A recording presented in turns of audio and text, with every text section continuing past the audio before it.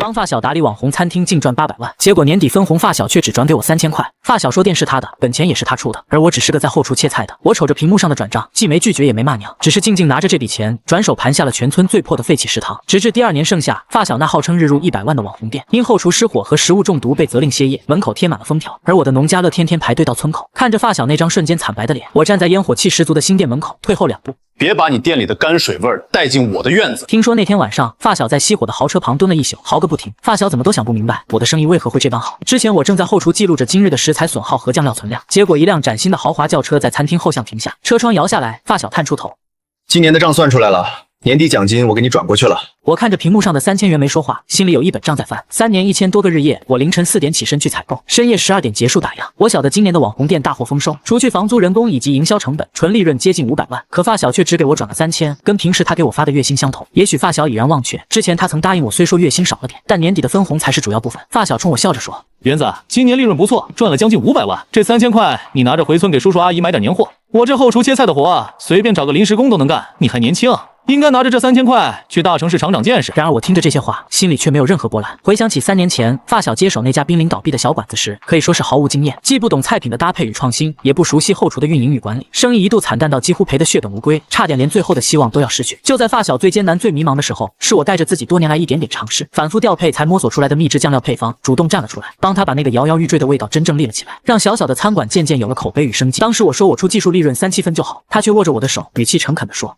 我们俩从小一起长大，这份情谊比什么都重要。我绝不会在钱的事情上亏待你。”如今再想起这些往事，曾经的承诺与期待，都已在时光中慢慢沉淀。所以此刻面对眼前的一切，我只是轻轻扬起嘴角。行，钱我收了。张立伟大概没想到我这么好打发，他愣了一下。你拿着钱回去好好歇几天，后厨的排油烟机该清洗了，你记得找人弄一下哈。好的，伟哥，谢谢你这么多年的照顾。现在我想锻炼一下自己了。我没再看他一眼，转身走进了深秋的冷风里，因为我很清楚，没有我极其严苛的成本控制和酱料调配，这家看似红火的网红餐厅，不出半年就会变成一具空壳。我没回镇上的出租屋，我怕碰见熟人，问我今年分红拿了多少，问我发小怎么对我的。我沿着城郊的土路一直走，怀里的那个笔记本是别人眼里的废纸，却是我整整3年的心血。此时手机响了，是张立伟在社交平台连发9宫格，豪车的方向盘，新买的名表，餐厅门口排队的长龙，还有他跟几个网红的合照，配文是努力的人运气都不会太差，明年目标1000万，共同好友纷纷点赞评论。伟哥牛逼，代代弟弟，人生赢家啊！我直接关了手机屏幕，走向了村口。那里有一片荒废多年的老食堂，墙面斑驳，窗户破碎，门口长满荒草。那是90年代的村集体食堂，后来村里有了新饭店就废弃了。位置在村口大路边，旁边是一片农家菜园，后面有条小溪。村里人路过都捂着鼻子，里面堆满了垃圾，野猫野狗乱窜。我站在满是杂草的门口，看着那一堆破烂，这就是所有人眼里的垃圾场。但我蹲下身，捻起一把泥土，肥沃的黑土非常适合种菜。我抬头看了一下，房子虽然破，但框架结实，稍加改造就能用。一个念头像破土而出的新芽，再也压不住。他不是说后厨切菜的活随便找个人都能干吗？那我就让他看看什么叫真正的生意。我转身直接走向了村委会的办公室。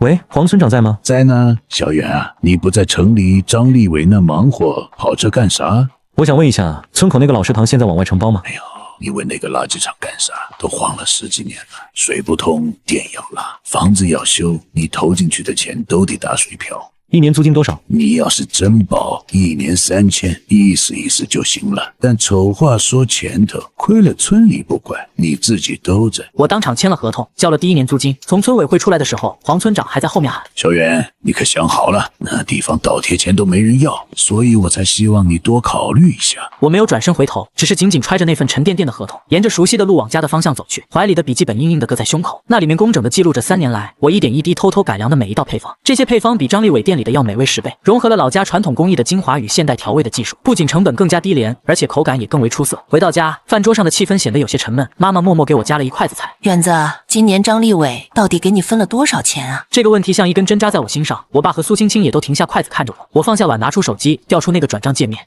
妈，钱在这儿，3000。3000？村里都传疯了，说张立伟那店1年赚好几百万，你就拿3000？人家开店要房租，要人工，要营销，成本高招呢。我就是个帮厨的，能拿3000不错了。我把早就编好的说辞慢条斯理地讲了出来。我爸沉默着没说话，苏青青看着我欲言又止，只有我妈一脸的憋屈和不相信。不可能，那店要不是你天天半夜守着，早倒闭了。李志远，你是不是被张立伟给欺负了？妈，你别乱说，张立伟是我发小，他还能坑我不成？大头本来就该他拿，咱们得讲理。我说这些话的时候，心在滴血，每一个字都是对自己这3年心血的背叛。但我必须这么说，我不能让他们知道我已经和张立伟决裂，更不能让他们知道我盘下了那个全村最破的废弃食堂。我不想让他们跟着我担惊受怕。我妈还想说什么，被我爸打断了。行了，吃饭吧，咱们儿子心里有数。晚上我躺在床上，苏青青从背后抱着我。李志远，你今天不对劲，你肯定有事瞒着我。能有什么事？就是累了。你骗人，你每次撒谎都不敢看我的眼睛。我沉默了很久，怀里的人安静下来，但他抱得更紧了。我睁着眼睛看着斑驳的天花板，脑子里全是那片正在悄然发生变化的废弃食堂。它是我的希望，也是我唯一的退路。接下来的几天是村里年底最热闹的时候，家家户户都在算着今年的收成，准备杀猪过年。我也装作若无其事的样子，白天陪着爸妈和苏青青置办年货，仿佛什么都没发生。但我心里始终悬着一件事，那片废弃食堂的改造方案。我没闲着，过年那几天，我白天陪家人，晚上就骑着电动车去废弃食堂测量画图纸。我的核心竞争力很明确，3年来在张立伟店里偷偷改良的那套秘制卤味配方，用的是老家传统工艺加现代调味，成本更低，口感更好。我还规划了前厅简单装修，走怀旧农家风，后厨按卫生标准彻底改造，后院开辟菜园种有机蔬菜，小溪边搭几个亭子做户外用餐区。启动资金是3年攒下的8万块，加上父亲偷偷塞给我的2万，一共10万块。正月初3，张立伟给我打了第一个电话，又是看似善意的提醒。园子，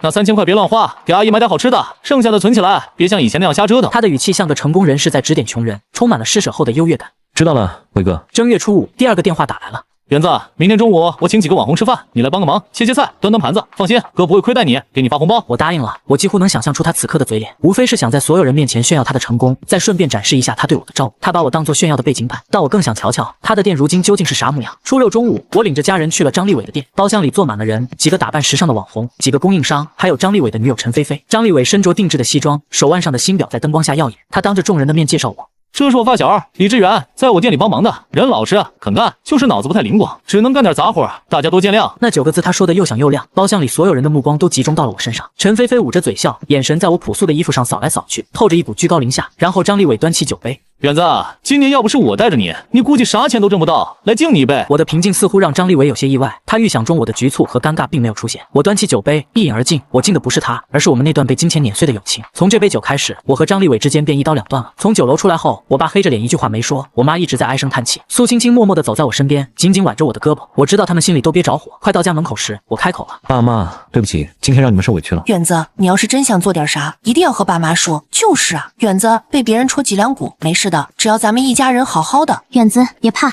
你努力做你的事，我一定支持你。爸妈，苏青青，你们放心，我对我的事有信心。另外给我点时间，我会把今天丢掉的面子全都挣回来。我的语气很平静，但每个字都透着一股不容置疑的力量。他们看着我，似乎被我的眼神镇住。送他们进屋后，我一个人在院子里站了很久。手机震动了一下，是苏青青发来的消息。不管你想做什么，我都信你。正月15一过，我就动工了。我白天盯装修，晚上研发菜品。父亲年轻时干过泥瓦工，他二话不说，拎着工具就来了，帮我砌灶台铺地砖。苏青青学过设计，帮我做菜单和海报。一家3口加一个女朋友，就这么干了起来。村里人路过都摇头。园子，这是疯了！那个破食堂能开饭店，投进去的钱都得打水漂，还不如继续跟着张立伟干呢，好歹有口饭吃。这些话我左耳朵进右耳朵出，我知道他们不是坏心，他们只是看到了表面，看到了张立伟在城里开好车的风光，看到了我家翻修老房子都要精打细算的窘迫。没人知道那张破旧的图纸之下早已暗藏玄机，也没人知道我正在等待一个时机，一个足以掀翻所有质疑的时机。1个月后，废弃食堂大变样，白墙灰瓦木桌竹椅，后院菜地绿油油，小溪边搭了3个茅草亭。我给饭店取名远味农家乐，主打秘制卤味拼盘，农家土菜，现摘现炒实蔬。开业头3天，一个客人都没有。我站在门口，看着村道上偶尔驶过的车辆，心里发慌。10万块启动资金已经花得差不多了，如果再没客人，我连下个月的食材钱都凑不出来。慢慢来，口碑要时间积累。我不信好东西没人吃。第4天，我做了一个决定，免费试吃。我在村口摆了个小摊，支起一口锅现卤现切，卤水的香味顺着晨风飘出去老远。一个路过的货车司机刹住车，探出头问：小伙子，你这卤的啥这么香？大哥，免费尝一块。他狐疑的接过去咬了一口，眼睛瞬间亮了。这味道绝了，给我来3斤大包。第一个顾客诞生了。接下来几天，陆续有人来尝鲜。我的卤味用秘制配方加新鲜食材，价格只有城里网红店的1半。回头客开始出现，1个、2个、3个。开业第10天，张立伟不知道从哪听说了消息，他专门开着那辆豪车从城里赶过来，站在我店门口，双手插兜环顾了一圈，然后笑出了声。园子，你和我说要单飞，现在你就开这个苍蝇馆子？他的女友陈菲菲跟在旁边，捂着鼻子，一脸嫌弃道：“这地方能吃饭吗？”张立伟拍了拍我的肩膀，力度不轻不重：“祝你生意兴隆啊，可别3天就关门了。对了，你那卤味配方可别是偷学我的吧？”我没理他，转身进了后厨，但他没走。第2天，村里就开始传闲话。那李志远的卤味配方是偷张立伟的，用的都是地沟油，吃了拉肚子。我知道是张立伟散播的，但我没时间去生气。我让苏青青在短视频平台发了几条视频，后厨实拍，菜园采摘，卤味出锅，画面不精致，但却胜在真实。转机来的比预想中快，一个专门探访特色小店的美食博主，粉丝200多万，不知道从哪儿刷到了苏青青发的视频，他驱车200公里，专门来探店。那天中午，我正忙着给3桌客人上菜，门口停下一辆面包车，下来一个胖乎乎的中年男人。人，举着手机，身后跟着摄像。老板能拍吗？当然能啊。他点了满满一桌子菜，卤味拼盘、红烧土鸡、清炒时蔬，一锅柴火炖鱼，我亲手做的，每一道都用了12分的心。他吃了一筷子卤味，对着镜头说了一句话，我至今记得。兄弟们，这个卤味我给9分，扣1分怕他骄傲。食材新鲜，味道正宗，价格良心，这才是真正的农家乐。那些城里的网红店跟这一比，就是个笑话。视频当晚发出来，一夜爆火，播放量破100万，评论区全是求地址，这就去打卡。第二天，农家乐门口排起了长队，从村口一直排到公路上，足足几10米。我凌晨3点就起来备料，父亲帮我杀鸡宰鱼，母亲和苏青青负责招呼客人。人手不够，我又从村里请了2个大婶帮忙洗碗摘菜。那一天我们接待了100多桌客人，卤味卖光了，土鸡卖光了，连后院菜地里的青菜都摘得一根不剩。晚上算账的时候，苏青青拿着计算器的手都在抖。远子，今天营业额有足足2万3。我靠在椅背上，长长的吐出一口气，10万块启动资金，开业1个月全部回本。而与此同时，张立伟的网红店开始出事了。先是有人在网上发帖，说在他店里吃坏了肚子，上吐下泻进了医院。接着类似的投诉开始一条接一条的冒出来，数量越来越多，频率也越来越高。我一边翻看着手机上的评论和反馈，一边心里明镜似的，清楚这背后究竟是怎么回事。张立伟那家伙为了最大限度的压缩成本，提高利润，已经开始偷偷用冷冻已久的库存肉来替代原本承诺的新鲜肉类，甚至用起了工业化生产的预制料理包，完全取代了以往现场烹饪、现炒现做的传统方式。回想当初我还在店里和他共事的时候，他尚且有所顾忌，不敢如此明目张胆的糊弄顾客。可自从我离开之后，店里就再也没人能提醒他了，他便彻底放开了手脚。事情的发展逐渐失控，影响也越来越大，最终引起了市场监管部门的注意。执法人员上门进行突击检查，结果在后厨发现了大量过期变质的食材，以及触目惊心的卫生状况。很快，一张责令停业整顿的正式通知就被贴在了他的店铺门口。那白纸黑字的文件，盖着鲜红醒目的公章，显得格外刺眼。就这样，张立伟苦心经营，一度人气爆棚的网红店，几乎在一夜之间声誉扫地，口碑崩塌。与此同时，我自己的农家乐却迎来了络绎不绝的顾客。我忙于接待一波又一波涌来的客人，根本无暇去幸灾乐祸或落井下石。每天从清晨忙到深夜，后厨的炉火从早上6点点燃，直到晚上10点都未曾熄灭。我始终坚持采用当日采购的新鲜食材，每一道菜都现点现做，宁可上菜速度慢一些，也绝不牺牲菜品品质与口感。渐渐的，回头客越来越多，农家乐的口碑也在本地人群中传开了，赢得了实实在在的信赖。就在张立伟店铺停业整顿的第3天，我接到了他打来的电话。远子，哥遇到点麻烦，你那儿有没有好的厨师借我用2天？我没说话，他顿了顿又说，或者你把卤味配方卖给我，我出5万块，你想想，够你那个苍蝇馆子干半年的。我握着手机，指节有些发白。3年前他求我帮忙时的嘴脸，和现在这副施舍的语气，在我脑海里重叠在一起。伟哥，我记得你说过，后厨切菜的活随便找个人都能干，那你的店随便找个厨师也能救。还有，我的配方是我自己研发的，和你没有任何关系。说完，我挂了电话。那天傍晚，苏青青提着绿豆汤来到店里，看到我坐在后院菜地边上发呆。怎么了？没什么，张立伟打电话来，想买配方。你卖了吗？当然没有。苏青青在我身边坐下来，把绿豆汤递给我。晚风吹过，小溪边的茅草亭沙沙作响，远处几桌客人在吃饭聊天，笑声随风四散。远子，你有没有想过，如果不是他那样对你，你可能一辈子都不会离开那家店，一辈子都开不了自己的农家乐。我想了想，点了点头。所以啊，那点分红其实是老天爷给你的启动资金。我笑了笑，没说话。手机震动了一下，是苏青青帮我管理的农家乐账号收到了一条私信，打开一看，是省城一家美食杂志的编辑想约一篇专访。我把手机递给他看，他看完眼眶有点红。远子，我们要火了！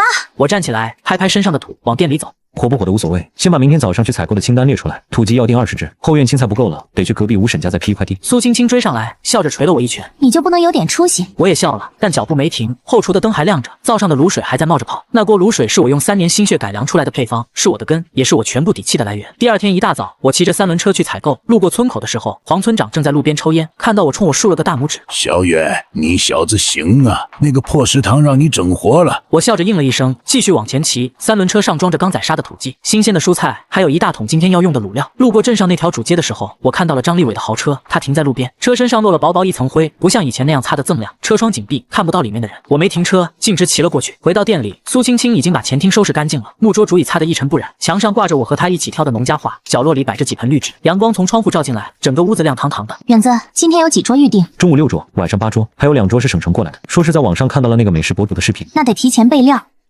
我知道。我熟练地系上围裙，转身便走进了热气氤氲的后厨，伸手拧开燃气阀门，我厚重的铁锅稳稳架在火上，待锅底渐渐烧得滚烫，泛起一层微微的青烟，我便沿着锅边缓缓倒入清亮的食用油，油温渐升。我抓一把切得细碎的葱花撒入锅中，瞬时滋啦一声脆响，一股腥香猛地窜起，在空气中热烈地弥漫开来。旁边那口敦实的卤水大锅里，传承多年的老汤正翻滚着，浓郁醇厚的香气随之蒸腾而出，这诱人的味道仿佛有了生命。它钻出排油烟机，悠悠地飘过小小的店面，一直飘到了外面安静的村道上。每一个路过的行人都不由自主地深吸几下鼻子，循着香味下意识地朝我这小店投来探寻的一瞥。当时针指向中午11点半，今天的第一桌客人准时推门而入，那是一对年轻的夫妻带着他们的孩子，听口音是特地从省城开车寻味而来的。那位先生接过菜单，仔细点了卤味拼盘、红烧土鸡和一碟清炒时蔬。我系紧围裙带，亲自站在灶前操持，掌控火候，斟酌调味，每一个步骤都全神贯注，不敢有丝毫马虎。当菜肴被精心摆盘端上桌，那位先生率先夹起一块卤味放入口中，细细咀嚼了几下，他的眼睛忽然一亮，脸上露出了惊喜而满足的神情。老婆，你尝尝，这个比咱上次在城里那家网红店好吃多了。确实，那个店又贵又难吃，还排队排半天。我在后厨听到了，嘴角不自觉地翘了一下。中午的6桌客人吃完，走了4桌，剩下2桌喝茶聊天。我趁着空档去后院菜地摘了些晚上要用的青菜。苏青青跟过来，蹲在我旁边一起摘。远子，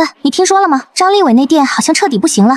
怎么了？说是房东要收回店面，他欠了2个月房租没给，还有供应商堵在门口要账，他那辆豪车好像也抵押出去了。我手上的动作顿了顿，没接话。你不觉得可惜吗？我想了想，说了一句连自己都觉得意外的话。可惜的不是他，是他曾经有过的机会。如果他好好做，那家店能开10年、20年，但他选了最省事的路，也选了最短的路。苏青青没再说话，安静地帮我摘菜。晚上10点，最后一桌客人走了，我锁了门。回到家，我妈还没睡，她给我热了一碗汤，端到我面前。远子，今天累不累？还好，不是很累。那个，你爸说想把老房子翻修一下，你看怎么样？行，妈，钱我来出。我妈愣了一下，眼眶有点红，没再说什么，转身回了屋。我端着那碗汤，坐在院子里，慢慢的喝。汤是我妈炖的，排骨莲藕，火候很足，藕炖的粉糯，排骨一咬就脱骨，跟小时候一个味道。手机震动了一下，是苏青青发来的消息。远子，明天省城那个杂志的记者要来采访，你穿精神点。我回了个好，随即把碗放在石桌上，抬头看了看天，星星很亮，明天应该是个好天气。第二天上午10点，一辆黑色的 SUV 停在了店门口，下来一男一女。男的扛着相机，女的拿着录音笔，女的自我介绍说姓周，是省城那家美食杂志的记者。李老板，打扰了。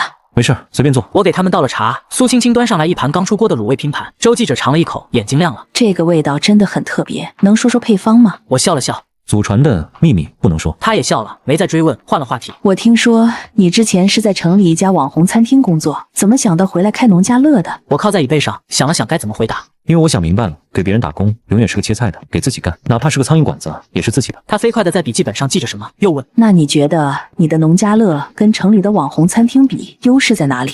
食材新鲜，现点现做，不偷工减料，还有我这锅卤水熬了3年没断过火。周记者缓缓抬起头，目光与我相遇，那眼神里藏着一种难以言喻的复杂情绪。后来他将我们对话中的这一句郑重地写进了他的文章，让他成为了那篇专访最点睛的标题：一锅卤水熬3年，一个厨子的逆袭。文章刊发之后，我的小店迎来了前所未有的忙碌，名气从街坊邻里传遍了省城，许多人专程驱车2-3个小时赶来，就为了亲口尝一尝我做的卤味。每到周末，店门外的队伍更是蜿蜒曲折，常常要排到下午2点钟才能渐渐散去。我从凌晨4点天未亮时便开始忙碌，一直持续到深夜11点。连停下来喝口水的间隙都难得，然而我却丝毫感觉不到疲倦，因为每当一桌客人用餐完毕，我看到的总是光盘。每一位心满意足离开的顾客，脸上都洋溢着愉悦与满足。更有人在美食评价网站上写下长长的留言，由衷的感叹说，这是他们此生品尝过的最地道的农家风味。我心里明白，这份赞誉并非因为我拥有多么高超的技艺，而是源于我投入了全部的心血，对待每一道菜品，我都付出了12分的专注与诚意。相比之下，张立伟的店铺，从他决定使用现成料理包的那一刻起，便已经失去了灵魂，走向了终结。大约1个月后，我收到了一个邮件包裹，拆开一看，里面是一本登载了那篇专访的杂志。周记者在杂志的扉页上留下了一行清秀的字迹：李志远，祝你越来越好。我将这本杂志轻轻放在收银台上，与那本记录了3年摸索与改进的配方笔记本并排而立。这2样东西，一本承载着过去的奋斗与足迹，一本则代表着当下的认可与期许。那天打烊后，我独自关好店门，走到后院那片自己打理的菜地旁边坐下。月色皎洁明亮，洒在静静流淌的溪水上，泛起粼粼波光。菜地里的青菜长势旺盛，在月光下呈现出一片生机勃勃的绿意。我掏出手机，下意识地翻到了张立伟的社交主页，他最新的一条动态停留在1个月前，一张豪华方向盘的特写照片，配文只有简单的奋斗2字，此后便再无更新。我默默关闭屏幕，将手机放回口袋。此时远处村道上恰好有人骑着电动车驶过，夜风轻柔拂过，带来了泥土的芬芳与夜晚露水的湿润气息。我站起身，拍了拍裤子上沾的尘土，转身朝店里走去。后厨的灯依旧亮着，灶上那锅老卤水还在咕嘟咕嘟的翻滚着，升腾起熟悉而温暖的香气。这锅卤水凝聚了我3年的光阴与心血，它是我的根基，也是我面对一切时最坚实的底气来源。新的一天即将开始，明天还得早早起床去市场采购。次日凌晨4点，窗外的天色依旧漆黑如墨，远处隐约传来几声嘹亮的鸡鸣，而枕边的闹钟尚未响起，我便已自然醒来。我躺在床上望着天花板，脑海中已经开始清晰地盘算起今天一整日的安排，要去采购哪些新鲜食材，如何备料，卤水中需要添加哪些新的香料。后院的青菜急需浇水上肥，中午已有14桌客人预定，晚上还安排了12桌。思绪厘清后，我轻手轻脚地起身，生怕打扰了身旁还在熟睡的苏青青。她还是醒了，迷迷糊糊地拉住我的手。远子，这么早？今天人多，得早点去市场。我跟你一起去。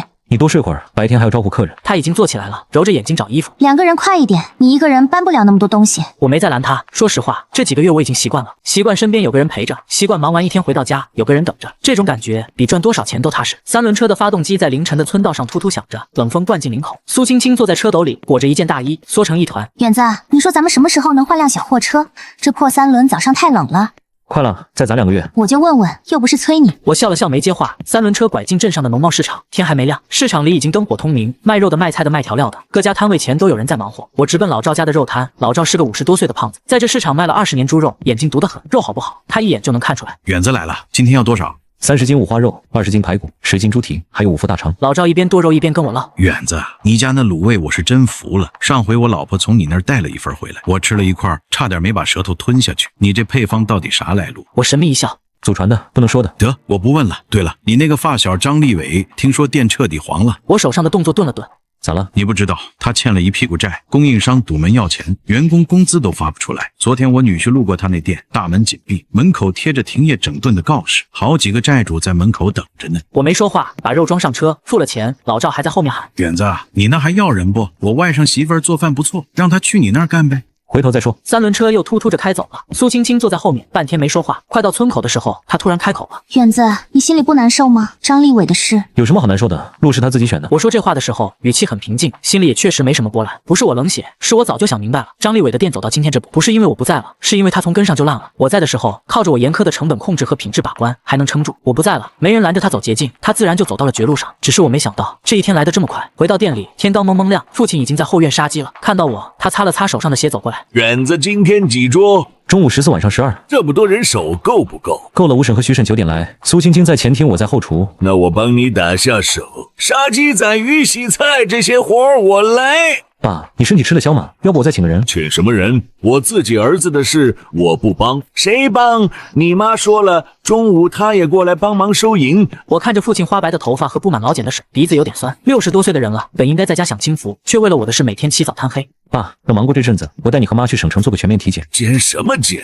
我好着呢。他嘴上这么说，眼睛里却亮了一下。我知道父母这辈子没享过什么福。我妈身体一直不好，腰疼腿疼的舍不得去医院。我爸抽了一辈子旱烟，咳嗽越来越厉害，也从不当回事。以前我在张立伟店里打工，一个月拿几千块钱，想给父母体检都拿不出钱来。现在不一样了，我走进后厨，把昨天剩下的卤水加热，添了新料。那锅卤水冒着泡，香味弥漫在整个厨房。我用长勺搅了搅，舀了一点尝了尝，味道对了。这锅卤水是我这3年多来每天精心养护的，像养孩子一样，每天过滤杂质，定期添加新料，火候大小都有讲究，少1分则淡，多1分则苦。上午9点，吴婶和徐婶来了，2个都是村里人，干活实在，从不多话。我给他们开了3500一个月的工资，比城里饭店还高500。不是我有钱烧的，是我觉得人家跟着我干，我就不能亏待人家。远哥，今天要洗多少菜？吴婶40多岁，叫我远哥的时候，我还有点不习惯。以前村里人都叫我远子，现在我在自己开餐馆当老板之后，他们都改口叫远哥了。后院菜地里的青菜、茄子、辣椒都摘一些，够今天用的就行。徐婶儿，你帮我切配菜，五花肉切块，排骨斩断，大肠翻洗干净。好嘞。苏青青在前厅擦桌子、摆碗筷，墙上挂着的电视机开着，本地新闻频道正在播一条消息：位于城郊的伟哥网红餐厅因食品安全问题被责令停业整顿，市场监管部门在后厨发现大量过期食材和严重的卫生隐患。据悉，该餐厅此前曾因排队4小时的网红效应红极一时。我端着菜刀走出后厨，看了一眼电视，画面里张立伟的店门口贴着白纸黑字的封条，几个穿着制服的人在进进出出，镜头扫过门口，地上散落着烟头和垃圾，门口那排曾经排长队的栏杆歪歪扭扭的倒在地上。苏青青走过来，把电视关了。别看这些了，专心干活。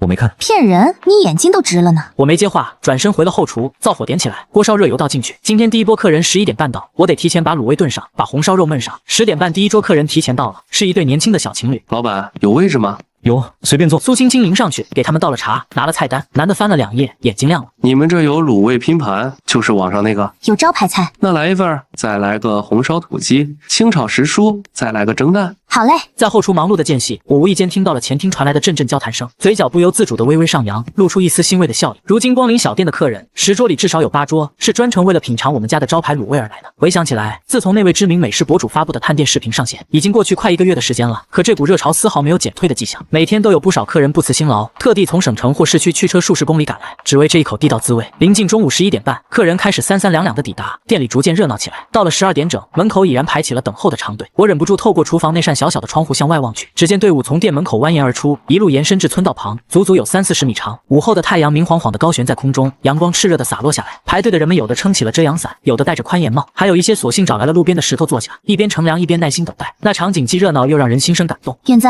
外面排了好多人，要不要发号？不然有些人等太久走了。发，你写个号牌，按顺序叫号。行。对了，有桌客人问能不能加菜，说卤味太好吃了，想再要一份。卤味卖了多少了？中午的份已经出了大半了。那留一点给晚上的客人，不能全卖了。苏青青点点头，又跑出去了。下午2点，中午的客人终于走得差不多了。我从后厨出来，靠在门框上，长长的吐了口气，后背的汗把 T 恤湿透了，2只胳膊被灶火烤得通红。苏青青端了碗绿豆汤过来，喝点，别中暑了。我接过来，一口气喝了大半碗，凉丝丝的绿豆汤顺着喉咙下去，整个人舒服了不少。远子，今天的营业额你猜多少？15000。18000，光中午就18000了。我愣了一下，18000还只是中午，加上晚上的，今天破3万应该没问题。苏青青把手机递给我看，你看，美食评价平台上又多了10几条好评，全是5星，还有人在短视频平台上发了视频，说这是这辈子吃过最好吃的卤味，播放量快10万了。我看了看那些评论，心里说不上是什么感觉，高兴吗？当然高兴，但更多的是一种踏实，毕竟我这条路走对了，我用心做的东西真的会得到别人真诚的赞扬。下午3点，我正在后厨备晚上的料，手机忽然响了，是一个陌生号码。喂，哪位？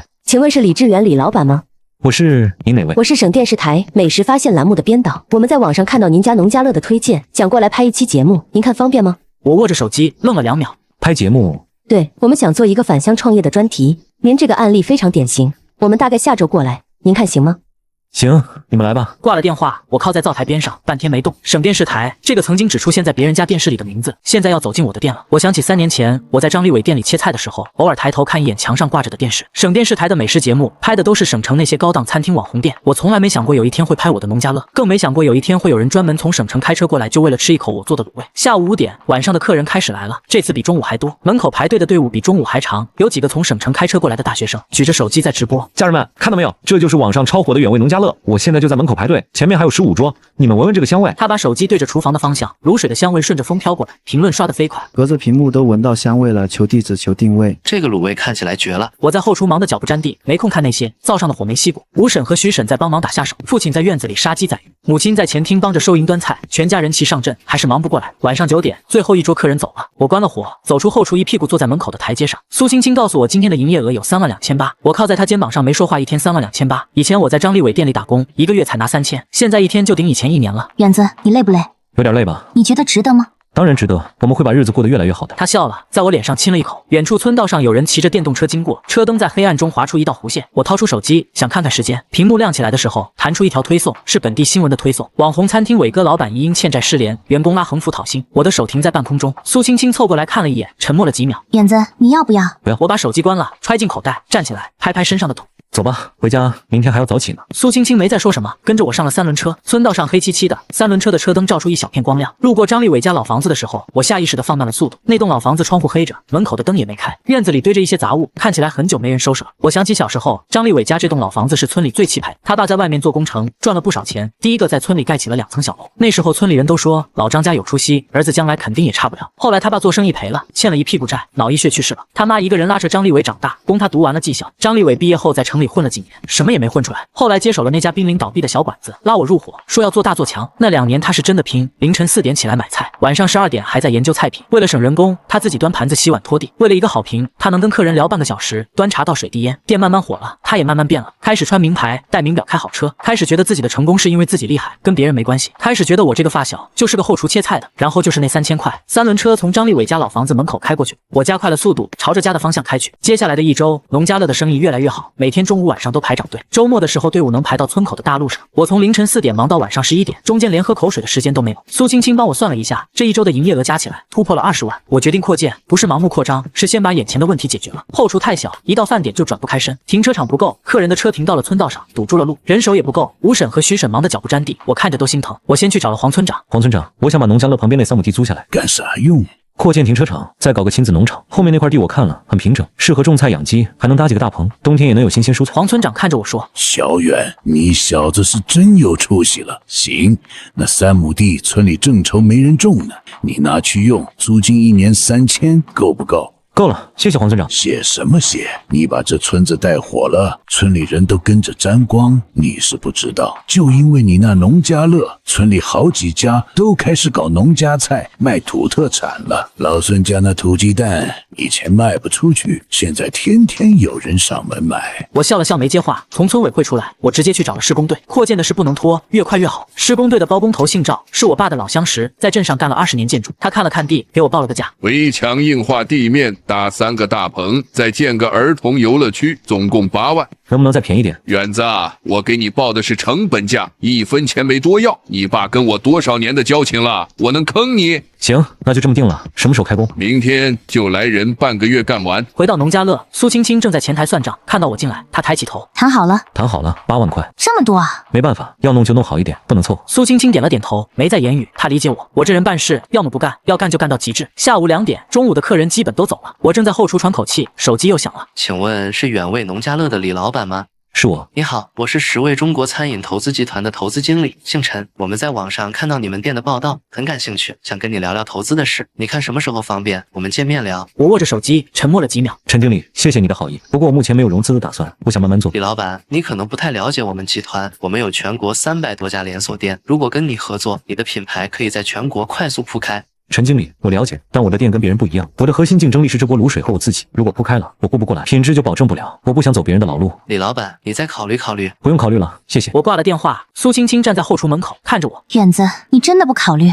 那可是10味中国全国最大的餐饮投资集团。不考虑？为什么？我走到灶台边，用长勺搅了搅卤水。因为我想慢慢来，张立伟就是走得太快了，忘了根在哪，我不想变成他。苏青青没再说什么，走过来从背后抱住了我。不管你做什么决定，我都支持你。我拍了拍他的手，转身接着忙碌。那天夜里，我关上店门，独自坐在后院菜地的边缘，月亮十分圆润，将菜地照得一片银白。远处田中的青蛙叫声连成一片。我拿出手机，翻到了张立伟的社交平台动态，他最新的一条动态还是1个月前发布的，就是那条豪车方向盘的奋斗。下面的评论有几十条，全是夸他是人生赢家求关照的。但如今再看那些评论的人，有几个是真心的，有几个在他落魄时伸过援手。我关闭屏幕，把手机放进移动，站起身拍了拍身上的尘土，朝家走去。接下来的半个月，我一边打理店里的生意，一边关注扩建的进度。赵师傅干活的确麻利，半个月不到，3亩地的围墙砌好了，地面硬化了，3个大棚搭起来了，儿童游乐区也建好了。我又花了3万块买了些户外桌椅、遮阳伞、儿童游乐设施，还从镇上买了20只小羊、10几只兔子，放在亲子农场里。开业那天正好是个周六，早上8点，门口就开始有人排队了，有的是老顾客，有的是看到网上推荐专程过来的。最让我意外的是，好多带着孩子的年轻父母，一看到亲子农场眼睛都亮了。哇，妈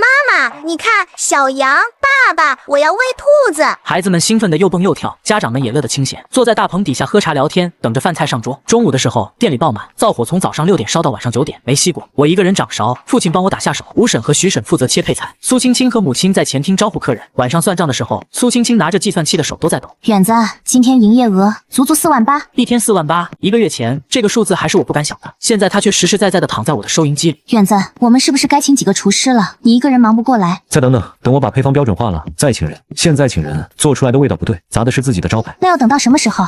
快了，我已经在整理配方了，每道菜的比例、火候、时间都写成标准作业流程，到时候请人按着流程做，味道就不会差太多。苏青青点了点头，毕竟我这人从来不打无准备之仗。就在我的农家乐生意越来越红火的时候，张立伟的店彻底凉了。那天下午，我正在后厨备料，吴婶从外面进来，神神秘秘地凑到我身边。远哥，你听说了吗？张立伟那店转让了。转让了？对，20万就转了。听说他当初光装修就花了100万，现在20万就甩了。我手上的刀顿了一下，然后继续切菜。还有呢？还有他那辆豪车被银行收走了，欠了银行几十万还不上，他那个女朋友也跑了，收拾行李走的。张立伟拦都拦不住。说起来，张立伟也挺可怜的，他妈一个人在家天天哭。我没接话，吴婶看我不说话，也识趣的没再继续，转身去洗菜了。晚上回到家，我妈在厨房热饭，看到我进来，她端了碗汤出来。远子，你听说了吗？张立伟他妈今天来咱家了。来干啥？哭着求我说让你拉张立伟一把，说他现在天天喝酒，人都快废了。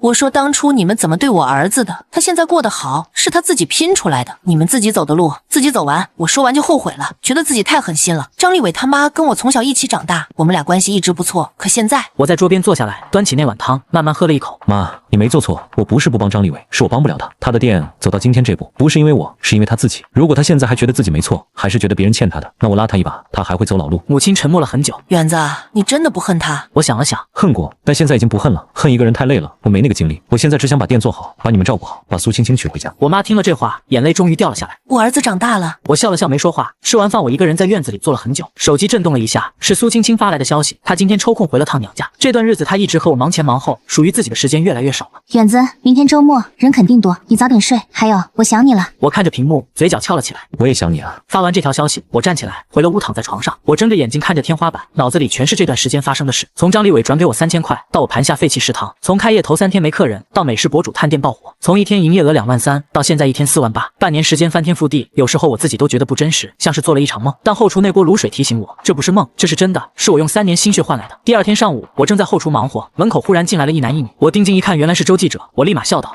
是周记者呀，快请进。听说你的农场又添上了新设备，所以我们就赶紧过来瞧瞧。”我把他们迎进店里，苏青青端上来一壶茶和一盘卤味拼盘。周记者尝了一口卤味，眼睛瞬间亮了。随后周记者又在店里拍了很多照片，后厨卤水锅菜底、小溪茅草亭、亲子农场，还有我和苏青青在灶台前忙碌的身影。临走的时候，他握着我的手。李老板，你这故事太励志了，回去我一定好好写，让更多人知道。谢谢。不用谢，应该的。车开走了，扬起一路尘土。苏青青站在我身边，看着车消失的方向。远子，你说这个节目播了之后，咱们店会不会更火？肯定会的。那你一个人忙得过来吗？我看了他一眼，忙不过来也得忙，实在不行就请人。你不是说要等配方标准化之后再请人吗？快了，再给我1个月时间。苏青青点了点头，转身回了店里。下午店里来了一个特殊的客人，是我以前的同事，在张立伟店里一起干过的厨师，姓刘，叫刘建国，40多岁，干了20多年厨师，手艺不错，就是脾气倔，不爱说话。他站在店门口，看着排队的人群，犹豫了半天没进来。我正在门口给一桌客人上菜，一眼就看到了他。刘哥，是你啊？他抬起头看着我，脸上挤出一个笑容。远子，生意不错啊。还行，你咋来了？进来坐。我把他迎进店里，找了个安静的角落让他坐下。苏青青端了茶过来，又切了一盘卤味。刘建国吃了2口卤味，叹了口气：“远子，你这卤味比张立伟店里那些网红小吃好吃多了。”刘哥，张立伟现在咋样了？刘建国放下筷子，轻轻叹了口气：“黄了，彻底黄了，欠了供应商30多万。”员工工资2个月没发，顾客索赔的还有好几万，他拿不出钱来就跑了。说起来也怪可惜的，那店要是好好做，1年赚几百万没问题。可他非要走捷径，用冷冻肉代替鲜肉，用料理包代替现炒。我跟他说了多少回，他不听。后来你把配方改良了，味道好了，生意火了，他就觉得是自己厉害，跟你没关系。我没说话，端起茶杯喝了一口。远子，我今天来是想问问你，你这还招不招人？我在家闲了2个月了，找不到活干。我看了他一眼，刘哥，你手艺我知道，没问题。但我这有个规矩，所有菜品必须按我的标准作业流程做，不能偷工减料，不能用冷冻肉，不能用料理包，你能做到吗？必须能。那行，明天就来上班，工资我给你开8000，包吃。刘建国愣了一下，8000，远子，你认真的？认真的。我在张立伟那儿干了2年，他最多给我开到4000。那是他的事儿，我这儿不一样，只要你好好干，我不会亏待你。刘建国眼眶红了，站起来握住我的手。远子，谢谢你。谢什么谢？好好干活就行。送走刘建国，苏青青走过来，远子，你真给他开8000？真的。是不是有点多了？不多，刘哥手艺好，人品也好，在张立伟那儿干了2年，我知根知底，他从来没偷过懒，这种人值得这个家。苏青青没有再多说什么，只是默默地转身，继续去忙他手头的事情。我心里清楚，他此刻正在想些什么。毕竟每月8000块的工资，在这个小村子里，确实可以算得上是天价。可对我来说，这根本无关紧要。我在意的从来不是省下多少钱，而是能让自己省心省力。只要刘建国能来帮忙，我就可以彻底从灶台前解放出来，不必再日复一日地被锅碗瓢盆困住手脚。这样一来，我便能腾出更多的时间和精力，专心去研究新的菜式，去琢磨怎么改进味道，也能更系统地打理店里的各项运营事务。细细一想，这笔投入无论从哪个角度看都是非常划算的。第二天一早，刘建国就准时来到了店里，他换上了一身整洁的厨师服，头上还端正地戴着一顶白色的厨师帽，整个人看上去比之前精神了不少，也显得更专业了。我先领着他到后厨转了一圈，详细介绍了整个厨房的布局、各种设备的基本操作方法，以及各类食材的存放位置和注意事项。随后我将那份早已准备好的标准作业流程笔记递给他，让他先熟悉一下基本的工作规范和步骤。刘哥，你先看看这个，有不懂的问我。他接过去翻了几页，眼睛瞪大。远子，你这配方写的也太细了吧？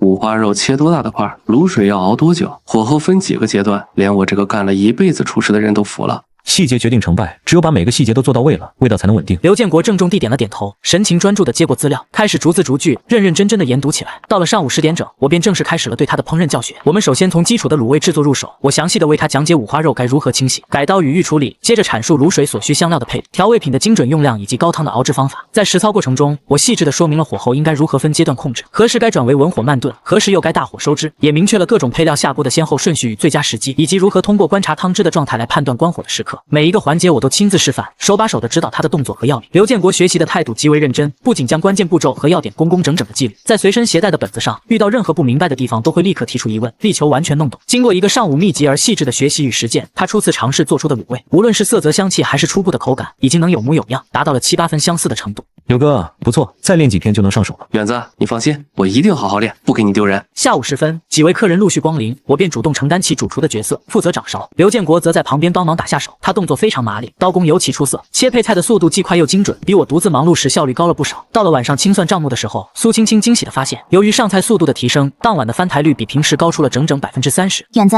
请刘哥真是请对了。我轻轻扬起嘴角，只是笑了笑，并没有开口说什么，但在我心里却正翻涌着另一件重要的事，是时候该好好筹备我们的婚礼了。我和苏青青订婚已经将近1年，却一直因为各种原因拖着没有办婚礼。其实并不是我们不想办，而是之前经济上确实有些紧张，没有办法办一场像样的仪式。如今手头终于宽裕了一些，我就想着一定要给他一个温馨而难忘的婚礼，也算是对我们这段感情的郑重交代。晚上回到家里，我特意和父母提起了这件事，妈妈一听，立刻喜上眉梢，眼里满是欣慰与期待。早该办了，青青那姑娘多好啊，你可得好好对人家。妈，我知道，我想在农家乐办，不请太多人，就亲戚朋友。行，都听你的。日子定了吗？还没，我想跟苏青青商量一下。那你赶紧商量，我跟你爸好提前准备。我笑了笑，上楼去找苏青青，她正在房间里看书，看到我进来，放下书。咋了？苏青青，我想跟你商量个事儿。啥事？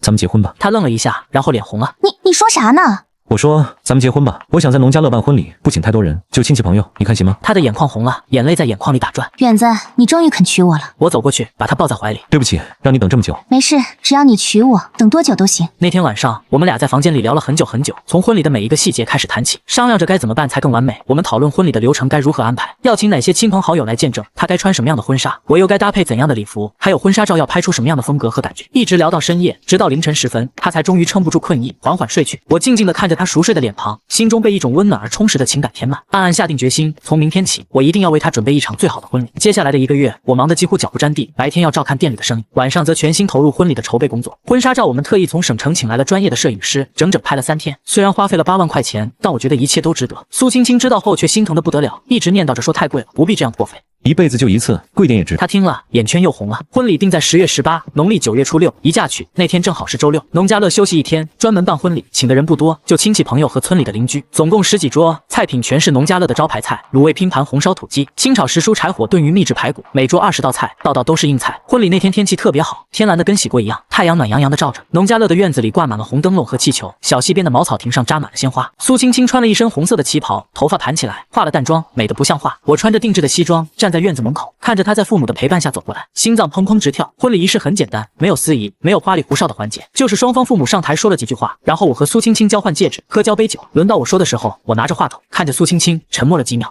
苏青青，谢谢你，谢谢你在我最难的时候陪着我，谢谢你相信我，谢谢你没嫌弃我，我这辈子最幸运的事就是遇见了你。苏青青哭得稀里哗啦，妆都花了。我走过去，把她抱在怀里。别哭了，妆都花了。底下的人笑成一片。就在婚礼进行到一半的时候，我无意中往村口看了一眼，一个熟悉的身影站在那棵老槐树下，穿着皱巴巴的 T 恤和牛仔裤，头发乱糟糟的，脸上的表情说不清是羡慕还是嫉妒还是后悔。是张立伟，他站在那，远远的看着这边，一动不动。我只看了一眼，就转过了头，然后牵着苏青青的手走进了婚礼现场。身后鞭炮响了起来，噼里啪啦的炸开了花。那天晚上客人们都走了，院子里恢复了安静。我和苏青青坐在后院菜地边上，月光很好，小溪里的水哗哗的流着。远子，你今天看到张立伟了吗？看到了。你心里难受吗？我想了想，不难受，只是觉得有点可惜。可惜什么？可惜我们小时候那么好，现在却走到了这一步。我站起来向他伸出手，走吧，该回去了，明天还要早起。今天是我们结婚的日子，你就不能晚点睡？不行，明天有20桌预定，我得早点起来备料。苏青青叹了口气，跟着我站了起来。你这人这辈子就是个操心的命。我笑了笑，牵起他的手。有你在，我操心也开心。他的脸颊微微泛起了红晕，带着一丝羞涩与甜蜜，轻轻的凑近，在我的脸上留下了一个温柔而迅速的吻。在皎洁的月光下，我们十指相扣，缓缓地走过那片熟悉的菜地，一同走进了那间亮着温暖灯光的屋子。屋内的光晕洒出来，仿佛在迎接我们的归来。后厨里那锅老卤水正咕嘟咕嘟地冒着泡，散发出浓郁而熟悉的香气。这锅卤水已经持续熬煮了将近4年的时光，见证了无数日夜的辛勤与坚守，而它还会继续这样慢慢地熬煮下去，就如同我和苏青青共同经营的日子一样，在平淡中积累着滋味，相信未来一定会变得越来越好。婚礼之后，我们们的生活逐渐回到了平稳而有序的轨道上，店里的生意一天比一天红火，顾客络绎不绝。刘建国学习得很快，现在已经能够独当一面，熟练的掌勺了。为了应对日益增长的需求，我又从镇上聘请了2位厨师，他们不仅手艺扎实，做出的菜肴味道地道，而且为人本分老实，很让人放心。于是我可以将更多的精力投入到餐厅的管理和新菜品的研发之中。每天清晨我会亲自前往市场采购，精心挑选最新鲜最优质的食材。上午的时间，我通常会在后厨监督菜品的出品质量，每一道菜在端给客人之前，我都要亲自尝上一口，确保味道和口感都达到标准。到了下午，我便专注于研究新的菜品创意，同时也不断尝试改良传统的配方，让老味道焕发新的活力。晚上则要核对一天的账目，制定接下来的经营计划，并撰写标准化的作业流程，让店里的运作更加规范。这样的日子虽然忙碌，却让我感到无比充实和踏实。11月底的时候，省电视台的相关节目正式播出了。播出的那天晚上，我们怀着期待与激动的心情，一起守在电视机前，观看着这段属于我们的特别时刻。画面里，我的农家乐，我的后厨，我的卤水锅，我和苏青青的身影一一出现在屏幕上。周记者的声音在话外响起，在城郊的一个小村子里，有一家不起眼的农家乐，没有豪华的装修，没有网红的营销，只有一个厨子和一锅熬了3年的卤水。但这个厨子的故事却感动了无数人。节目播完后，苏青青哭得稀里哗啦。远子，你看到了吗？你上电视了。看到了。你就不激动吗？激动，但我更激动的是，明天肯定会来更多客人。苏青青被我气笑了，捶了我一拳。你这人3句话不离生意。没办法，我得养家糊口呀，得给你更好的生活。事实证明，我的预测没错。节目播出后的第2天，农家乐门口从早上8点就开始排队，到了中午，队伍排到了村口的大路上，足足100多米。有从省城开车过来的，有从隔壁市坐高铁过来的，甚至还有从外省坐飞机过来的老板。我是看了省电视台的节目专门过来的，给我来一份卤味拼盘。老板，你们家的卤味真的熬了3年吗？太厉害了！老板，能不能跟你合个影？我忙得脚不沾地，但心里美滋滋的，不是因为出名了，是因为我做的菜被这么多人认可了。这种感觉比赚多少钱都让人满足。12月底，我被评为返乡创业青年典范，颁奖典礼在省城举行，我穿着西装打着领带站在台上，从省领导手里接过了奖杯，台下掌声雷动，闪光灯闪成一片。我站在台上，看着台下黑压压的人群，心里想起了很多事，想起3年前在张立伟店里切菜的日子，想起那3000块转账，想起废弃食堂的荒草和垃圾，想起开业头3天没有客人的绝望，想起父亲偷偷塞给我的2万块，想起母亲在酒桌上被羞辱时的眼泪，想起苏青青在无数个夜晚给我的拥抱和鼓励。谢谢我的父母，谢谢我的妻子，谢谢所有帮助过我的人。这个奖不是给我一个人的，是给所有在逆境中没有放弃的人。台下掌声更响了。颁奖典礼结束后，好几个记者围上来采访。李老板，你现在成功了，最想感谢谁？最想感谢那个给我转了3000块的人。为什么？因为如果不是那3000块，我可能一辈子都不会离开那家店，一辈子都开不了自己的农家乐。记者似懂非懂地点了点头，我没再解释，转身走出了会场。苏青青在门口等我，看到我出来，她笑了。远子，你今天真帅。我哪天不帅？别臭美了。我牵起她的手，带着她坐进了刚刚新添置的小货车里。走吧，回家。回哪个家？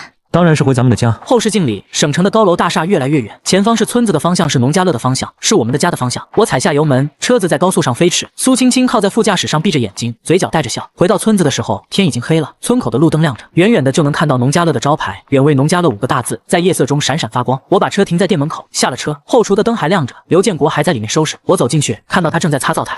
刘哥还没走，快了，把灶台擦干净就走。远子，今天生意不错，中午晚上都满了。辛苦了。辛苦啥？拿你工资就得好好干活。我笑了笑，走到卤水锅前，用长勺搅了搅，舀了一点尝了尝，味道对了。这锅卤水从我第1天开店到现在快1年了，从来没断过火，每天添新料，过滤杂质，控制火候，一天都不敢懈怠，因为它是我全部底气的来源。关了灯，锁了门，我走在回家的路上，路过张立伟家老房子的时候，我又多看了2眼。我想起今天下午听到的消息，张立伟在南方打工，在工地上搬砖，后来又听说他因为参与网络赌博被抓了。听到这个消息的时候，我正在后院摘菜，手上的动作顿了一下，然后继续摘，心里没有任何快意，只有平静，因为我知道他的路是他自己选的，就像我的路是我自己走出来的一样。回到家，苏青青已经睡了，我轻手轻脚的洗漱完，躺到她身边，她翻了个身，迷迷糊糊的抱住我。远子，你回来了。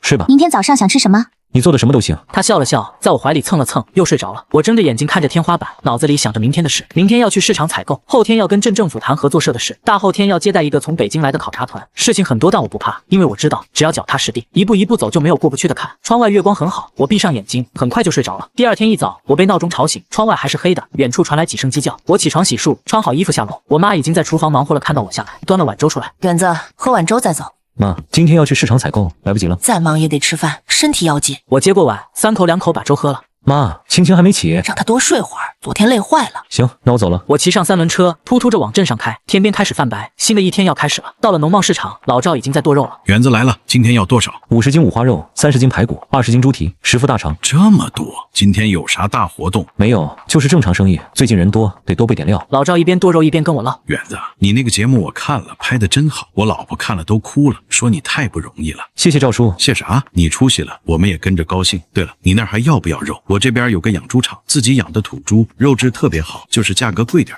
行，下次带点样品我尝尝，好的话就定了。好嘞。采购完，我骑着3轮车往回走，路过镇上那条主街的时候，我看到了张立伟的店，不对，准确来说，现在已经不是张立伟的店了，门口的招牌换了，变成了美味居家常菜，大门开着，里面有人在打扫卫生，看起来是要重新开业了。我停了一下，看了一眼，然后继续往前骑。那家店跟我没关系了，因为我自个儿的店是在村口。回到农家乐，天已经大亮了，刘建国已经到了，正在后厨备料。吴婶和徐婶在洗菜切菜，苏青青在前厅擦桌子摆碗筷。远子，今天有几桌预定？中午20桌，晚上18桌，还有2桌是省城来的，说是看了电视专门过来的。这么多，得提前备料。我知道。我系上围裙，走进后厨，卤水锅里的老汤咕嘟咕嘟翻滚着，香味顺着排油烟机飘出去，飘到了村道上。路过的人都会吸吸鼻子，然后下意识地往店里看一眼。上午9点半，第一桌客人就早早到了。老板，我们是看了省电视台的节目专门过来的。我老板身体不好，不能吃太油腻的。你这有没有清淡点的？有，清炒时蔬、蒸蛋、豆腐汤都清淡。那就来这几个，再少来点卤味，让他尝尝味道。好嘞。我亲自掌勺，火候控制的恰到好处，少油少盐，保留了食材的原味。菜端上去，老太太尝了一口清炒时蔬，眼睛亮了。老头子，你尝尝这个菜，炒得好，又嫩又鲜。老板手艺不错。谢谢大爷，您慢用。中午的20桌客人，从11点半一直吃到下午2点，后厨忙得跟打仗一样，锅里的菜一盘接一盘的出。刘建国掌勺，我盯出品，吴婶和徐婶切配菜，苏青青和母亲在前厅招呼客人。下午2点半，白天的最后一桌客人走了，我正在后厨备晚上的菜，忽然接到了张立伟的电话，那串号码我许久未存，却因刻在记忆里一眼便认了出来。后厨的卤水还在咕嘟作响，香料的醇厚裹着热气漫在空气里。我擦了擦手上的水渍，按下了接听键，声音平静无波。喂，有事吗？电话那头沉默了几秒，传来的声音沙哑又局促，没了往日的张扬，反倒带着几分小心翼翼的卑微。远子，是我，张立伟。我知道。我靠在灶台边，看着锅里翻涌的卤水，想起从前无数个和他一起在后厨忙活的清晨，只是那些画面如今都淡得像一层薄纱，掀起来也只剩一声轻叹。他又顿了顿，像是在组织措辞，每一个字都说得磕磕绊绊。我回来了，就在镇上的小饭馆里。远子，我想请你吃顿饭，就当我给你赔个不是。以前的事儿是我混，是我对不起你，我知道我错了，错得离谱。他的声音渐渐带上了哭腔，那些道歉的话裹着悔恨，从电话那头传过来，却没在我心里掀起半分波澜。我不是不念旧情，只是3年的付出被轻贱成切菜的活谁都能干，500万的利润只换来3000块的施舍，那些寒心的瞬间早已把年少时的情分磨得一干二净。不用了，我打断他，语气依旧平和，却带着不容置喙的坚定。吃饭就不必了，过去的事我早就放下了。原子，你听我说，我是真心想道歉的。他急了，声音拔高了几分，又很快放低。我知道我现在说什么都晚了，我把一手好牌打得稀烂，我活该。可我还是想当面跟你说声对不起。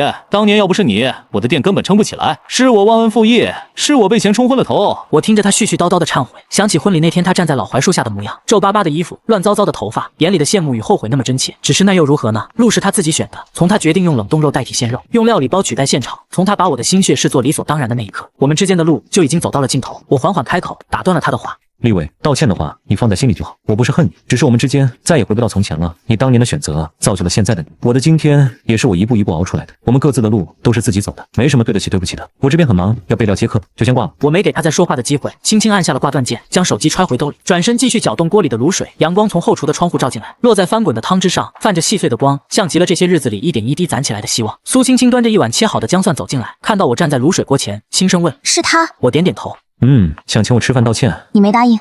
没必要了。我笑了笑，拿起勺子舀了一点卤水尝了尝，味道刚好。恨一个人太累，记着那些不愉快也没意思，放下了对谁都好。苏青青走过来，轻轻挽住我的胳膊，靠在我肩上。你能这样想，我就放心了。后厨的炉火依旧旺着，切菜的案板发出哒哒的声响。前厅传来客人的说笑，院子里的青菜迎着阳光，舒展着叶子。这人间烟火的模样，便是我想要的安稳。张立伟的道歉，不过是人生路上的一抹尘埃，拂去了便再无痕迹。日子依旧按部就班的过着，只是越来越红火，也越来越安稳。省电视台的节目播出后，原为农家乐的名气彻底打了出去，不仅省城的客人慕名而来，就连周边省市的游客也会特意绕路过来，尝一口那锅熬了几年的卤水，吃一顿地道的农家菜。我依旧保持着凌晨4点去采购的习惯，只是不再骑着3轮车，而是开着新买的小货车。老赵的养猪场成了我的固定供货商，土猪肉的肉质紧实，卤出来的味道更香，客人们都赞不绝口。我还和村里的几户人家合作，成立了农产品合作社，他们种的有机蔬菜，养的土鸡土鸭，全供给农家乐，既保证了我的食材新鲜，也让村里人多了一份收入。黄村长总说我是村里的福星，把整个村子的日子都带活了。农家乐的规模也慢慢扩大了，我把旁边的几间民房也租了下来，改造成了特色民宿，来的客人多了，住上一晚，逛逛村里的田园风光，尝尝农家菜，日子惬意得很。民宿的装修依旧走怀旧农家风，木床、竹椅、土灶台，墙上挂着村里的老照片，每一间房都能看到后院的菜地和小溪。客人们都说住在这里像回到了小时候的老家。刘建国已经能完全独当一面，不仅把卤味做得和我一模一样，还跟着我研究出了几道新的农家菜，成了农家乐的主厨。我又请了几个村里的年轻人，手把手教他们做菜打理民宿，制定了更完善的规章制度，店里的一切都井井有条。我终于不用再从早到晚守在灶台边，有了更多的时间陪伴家人。我兑现了承诺，带着父母去省城做了全面的体检。母亲的腰疼腿疼经过调理好了不少，父亲也戒了旱烟，每天在后院的菜地里忙活，侍弄那些青菜瓜果，脸上的笑容越来越多。我还在镇上给父母买了一套新房，离农家乐不远，走路10几分钟就到。新房敞亮干净，有大大的阳台，母亲每天都在阳台上养花种草，日子过得舒心又惬意。苏青青成了我的贤内助，把前厅和民宿的管理打理得妥妥帖帖，她的设计天赋也派上了用场，民宿的布置、菜单的设计都出自她手，温馨又别致。闲暇时我们会一起去后院的菜地摘菜，去小溪边散步，或者开着车去周边的城市逛逛，看看风景，尝尝当地的美食。平淡的日子里，满是细碎的幸福。转眼到了年底，农家乐的生意依旧火爆，腊月里的预订排得满满当当。我和苏青青商量着，给店里的员工都包了厚厚的红包，还摆了几桌年夜饭，和大家一起热热闹闹的过年。饭桌上，吴婶和徐婶笑着说：“跟着我干，不仅工资高，还心里踏实。”刘建国也端着酒杯敬舞，说这辈子能遇到我这样的老板是他的福气。我笑着回敬，心里满是感慨。从前我以为成功是赚很多钱，是出人头地，可如今才明白，真正的成功是把自己的日子过好，是身边有爱的人，有靠谱的伙伴，是靠自己的双手挣来一份安稳的烟火人间。开春后，我又有了新的规划，打算把农家乐的模式复制到周边的村子，带着更多的村民一起创业，让更多的人吃上地道的农家菜，也让更多的农村人能手着家挣到钱。我请了专业的团队，做了详细的规划，镇政府也很支持，给了不少政策上的扶持，一切都在朝着好的方向发展。偶尔我也会在镇上遇到张立伟，他后来在镇上的小饭馆找了个切菜的活，穿着洗得发白的工作服，低着头忙前忙后，再也没有了当年开着豪车带着名表的张扬。我们偶尔擦肩而过，他会下意识地躲开我的目光，匆匆走过，我也只是淡淡一瞥，便继续走自己的路。听说他后来戒了酒，也踏实了不少，只是再也回不到从前了。有人说他常常在深夜里独自坐在饭馆的门口，看着远处农家乐的方向，一言不发。我听了只是轻轻叹了口气，却再无其他的情绪。人生就是这样，有人走捷径，想一步登天，最后却摔得粉身碎骨；有人一步一个脚印，踏踏实实往前走，纵使前路坎坷，也终究能走出一片属于自己的天地。张立伟的人生毁在他的贪念和忘恩负义，而我的人生因自己的坚持和初心而圆满。我们终究活成了彼此不同的模样。